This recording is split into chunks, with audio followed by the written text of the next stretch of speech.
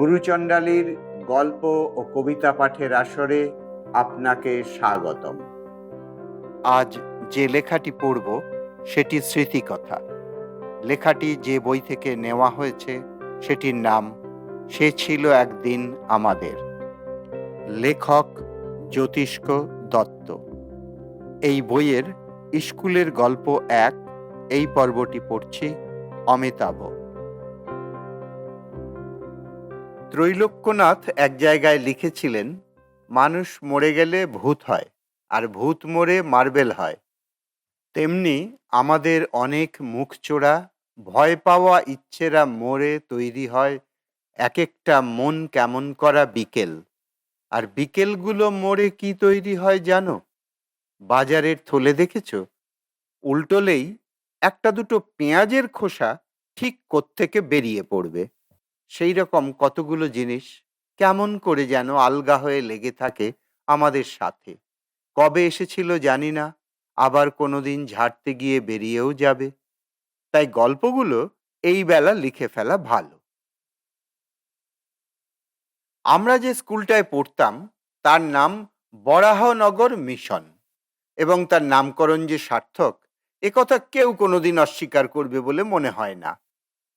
যদিও সরকারি বানানে হ অক্ষরটা বেমালুম উড়ে গেছে কাউকে না বলে। আমাদেরও তাই আর কিছুই হয়ে ওঠা হয়নি শেষমেশ। তা এই বরানগর স্কুলে 1 থেকে 10 অবধি ক্লাস। প্রথম 5টা ক্লাস ভেতরে প্রাইমারি, শেষের 5টা সামনের খেলার মাঠের পাশেই বিআই কোম্পানির সঙ্গে পাঁচিল ভাগাভাগি করে। দিব্যি ছিল স্কুলটা, পাড়াতেই রাজকুমারী স্কুল। আর রোজ সকালে ঠিক 10টা বাজতে 10-এ সামনে দিয়ে এক এক করে বাসগুলো যায়, একটা মাল্টিপারপাস, একটা নিবেদিতা, আর ফেরে বিকেলে ছুটির পর। ছেলেদেরও ওই দুবার শাহরুখ খানি পোজ দিয়ে গেটের সামনে দাঁড়ানো ছাড়া খুব একটা জীবনে খুব যে আর বেশি উদ্দেশ্য বিধেয় ছিল এমন ভাববার সত্যিকারের কোনো কারণ নেই। তো মোট কথা, দিব্যি ব্যাপারটা চলতো আস্তে আস্তে ফিস ফিস করে, যেমন সব ছোট্ট শহরতলিতে হতো সেই 90-তে। সেই সাইকেল করে টবিন রোডের কাছে কোচিং, তার পাশেই জেরক্সের, আর একটু এগোলে চপ, ফিশ ফ্রাই, এগরোলের দোকান, আর দোকানের পাশে মাঠ, ছুটির বৈঠক। ঠিক এই সন্ধে 6টার সময় যদি যান, দেখবেন আলোগুলো আজকেও কেউ জ্বালতে ভুলে গেছে। এদিক ওদিক দূরে দূরে, ঠিক যতটা দূরে বসলে আর কথা বোঝা যায় না তেমনি দূরে কয়েকটা জমাট বাঁধা অন্ধকার। আমরাও আসুন একটা সাইড দেখে একটা সান্ধ্য আজকাল পেতে বসে পড়ি। সিগারেটও আছে, ঘটি গরমের লোকটাও আসবে এক্ষুনি। আমরা বরং হাঁটতে হাঁটতে ফিরে যাই সেই অবুঝ অস্পষ্ট অন্ধকার রাস্তাটায়, যার নামটা সবাই ভুলে গেছে। ল্যাম্পপোস্টের অস্পষ্ট আলোয় শুধু নাম্বারটা পড়তে পারছি, 1999। সেই সময় স্কুলে একসাথে দুটো ঘটনা ঘটল। 1 নম্বর, বলা নেই কওয়া নেই দুম করে স্কুলে একটা ওয়ার্ল্ড রেকর্ড হয়ে গেল। বোর্নভিটা একাডেমির কাছে স্কুলের টিম গিয়ে 0 রানে অল আউট হয়ে ফিরে এলো। আর তাকে সামাল দিতেই হবে হয়তো। একটি ছেলে গাঁতিয়ে পড়াশুনো করে মাধ্যমিকে ফার্স্ট হয়ে গেল। আমার ধারণা ছায়া প্রকাশনীর আদি অকৃত্রিম পোস্টার বয় সেই। যদিও আমার গেঁজেল মেমোরি যা চায় ইতিহাস তাই নয়। তা এইসব মহাজাগতিক ঘটনা চাক্ষুষ টাক্ষুষ করে কয়েক জেনারেশন বাপমার মাথাটা গেল বিগড়ে।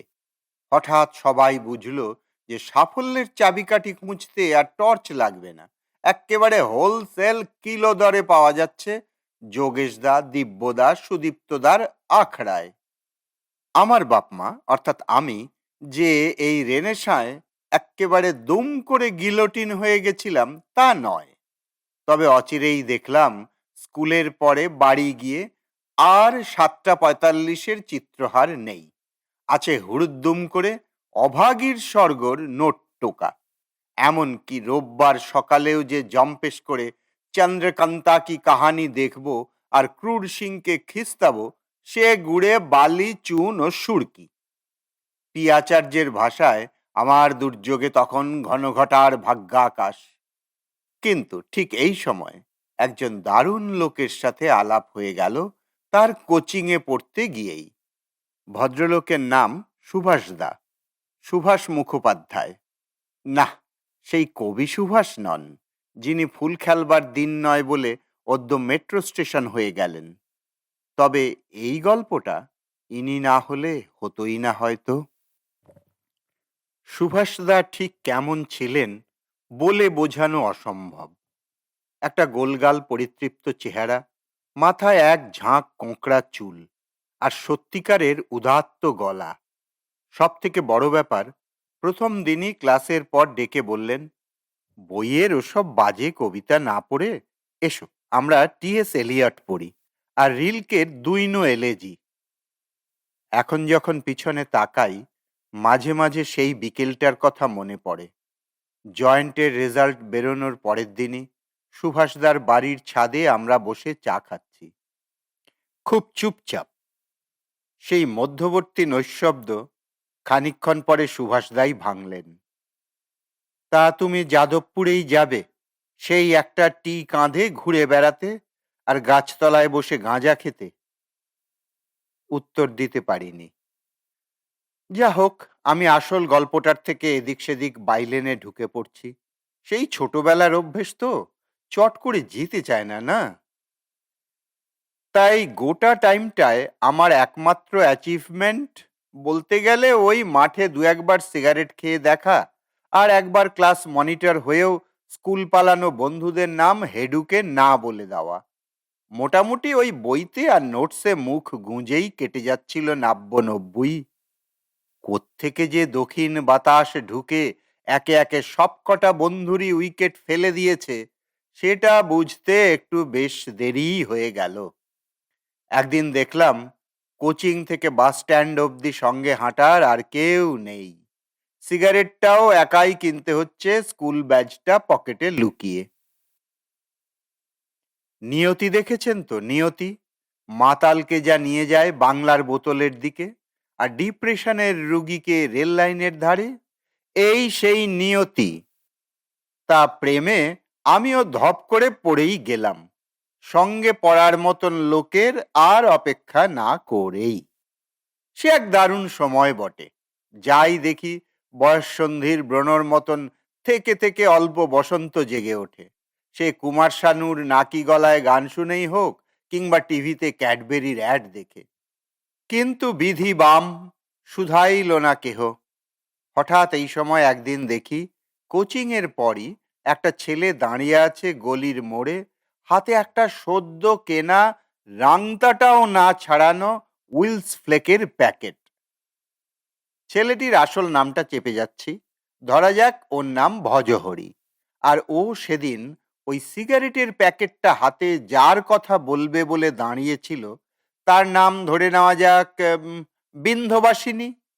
ভজহরি ভালো ছেলে, বাপে মায়ে পড়িয়ে পিটিয়ে মানুষ করছেন।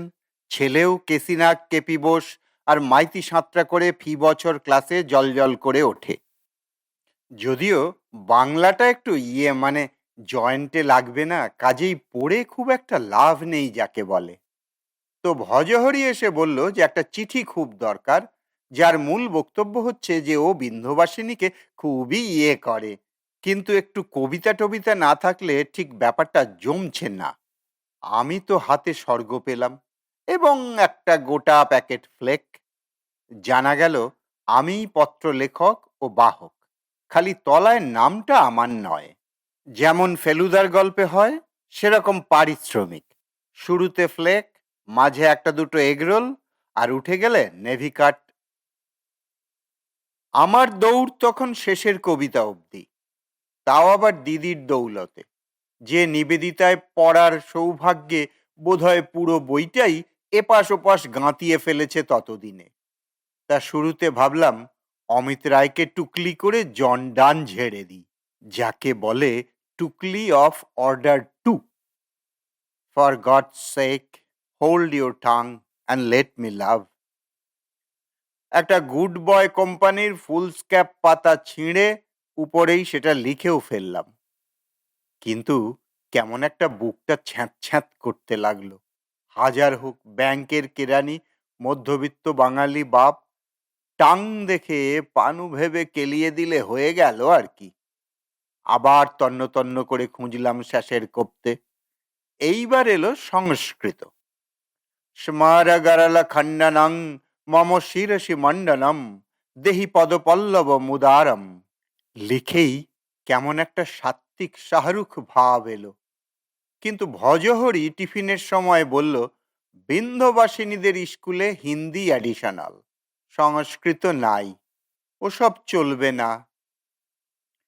দিন যায় রাত যায়, এদিকে আমি তো আর জুৎসই কবিতা পাই না। প্রথমে গিয়ে ধরলাম পাড়ার একটা পাতাখোর কবিকে। সে আবার সকালে প্রাইমারি স্কুলে পড়ায়, দুপুরে পার্টি অফিসে ম্যানিফেস্টো বিলোয়, আর রাত্রে অল্প তন্ত্রমন্ত্র করবে বলে গাঁজা টেনে মা মাগো করে আর্তনাদ করে। সে বললে প্রেম মানে নীরা, নীরা মানে যে রানীর উল্টো স্রোত, যেমন ধারার বিপ্রতীপ রাধা। তখনও গুগল তোমার দারুণ দীপ্তি ফেলেছে জগৎ ঢাকিয়া টাইপের টাইম নয়। আর পাড়ার নবজাতক লাইব্রেরিতে হেমেন রায় আর সত্যজিৎ ছাড়া কিছু ঢোকেনি কোনো দিন। অনেক কষ্টে এক বন্ধুর বাড়ি থেকে চুরি করিয়ে আনলাম সুনীলের একটা বই। মলাটে আবার বাড়ির লোককে ধোঁকা দেওয়ার জন্য লেখা প্রশ্ন বিচিত্রা। সে কবিতাগুলি যে কি ভালো ছিল, কি আর বলবো। সেই যে সুনীল লিখছেন তিনি সাবান হয়ে যেতে চান, নীরা তারপর তাকে নিয়ে কি কি সব করবেন। না, নীরা সে চিঠিতে জায়গা পেল না। আমার সাহসে যে হয়েছিল তা নয়, তবে একদিন বুকে বল হাতে পেশি, কথা কম কাজ বেশি করে সুভাষদাকেই ধরলাম ক্লাসের পরে। স্যার, 2 মিনিট সময় হবে? একটা সাজেশন চাইবার ছিল। জীবনে সাজেশন শব্দটাকে সুভাষদা কেন, আমার ধারণা সব মাস্টাররাই হেব্বি ঘেন্না করে। তবে এই একবার ভদ্রলোক দেখলাম একেবারে উদ্ভাসিত হয়ে উঠলেন। বললেন, আমার যে গুরু বাংলায় লিখে আরেকটা পৃথিবী বানিয়ে ফেলেছেন, তাঁরই 2 লাইন বরং তোমাকে বলি কনিষ্ক। তুমি তো জানো না কিছু, না জানিলে আমার সকল গান তবুও তোমারে লক্ষ্য করে। আমার বুকের পরে সেই রাতে জমেছে যে শিশিরের জল, তুমিও কি চেয়েছিলে শুধু তাই, শুধু তার স্বাদ তোমারে কি শান্তি দেবে? পুরোটা বলে অনেকক্ষণ বাইরে চেয়ে থাকলেন সুভাষদা। বললেন, ধার দেনা করে বাজারে আলু পটল কেনা যায়, প্রেমের চিঠি লেখা যায় না। সেদিন রাত্রে আর ঘুম হলো না ঠিক করে। জেগে থাকলাম। বাবা মা শুয়ে পড়ার পর বাগানের জবা গাছটার তলায় দাঁড়িয়ে একটা ফ্লেক খেয়ে ফেললাম সাহস করে। তারপর অনেক ভাবলাম, তাকে কি লেখা যায় যাকে আমি হয়তো এই একবারই কিছু বলবো। অন্ধকার সিঁড়ি দিয়ে যেন নিজেরই ভিতরে নামছি মনে হলো। কিন্তু কই, টর্চ নিয়ে পাশে দাঁড়ালেন না তো রবি ঠাকুর। অনেক ভেবে ভেবে সেই রাত্রে 2 লাইন লিখলাম আমার বেনামি প্রেমপত্রের জন্য। বৃষ্টি, কি নামে ডাকলে তোমায় ঝরে পড়বে আমার ঘরে, এই এখানে, এই এখনই। না, ভজহরি আর বিন্ধ্যবাসিনীর বিয়ে হয়নি। ওরা একে অন্যজনকে নিশ্চয়ই একদিনে ভুলেও গেছে। আমারই বা কি পুরোপুরি মনে আছে আর? সেই চিঠিটা গন্তব্যে যে পৌঁছেছিল তা জানি। আর আমি সেই নেভি কাটের প্যাকেটটাও এক বিকেলে ছুটির বৈঠকের মাঠে দেদার উড়িয়ে দিয়েছি দক্ষিণা হাওয়ায়, যে বিকেলে ওরা ঘুরতে গেছিল ময়দানে। তারপর কত গল্প আসে, কত বিকেল যায়। ছুটির বৈঠক থেকে সিগারেটদের ঠিকানা হয় প্রথমে হোস্টেলের ঘর, তারপর অর্ধেক পৃথিবী দূরে একটা বরফ ঢাকা শহর, তারপর তারাও হারিয়ে যায়। এখন কেউ জানে না কে কোথায়। তবে যে কৈফিয়ত দিয়ে শুরু করেছিলাম সেটাই আবার দিই। ওই শুকনো পেঁয়াজের খোসার মতন এই একটা দুটো লাইন কোথায় যেন লেগেছিল, আজ ঝাড়া দিয়ে ফেলে দিলাম এক্কেরে। আজকের পাঠ এখানেই শেষ হলো।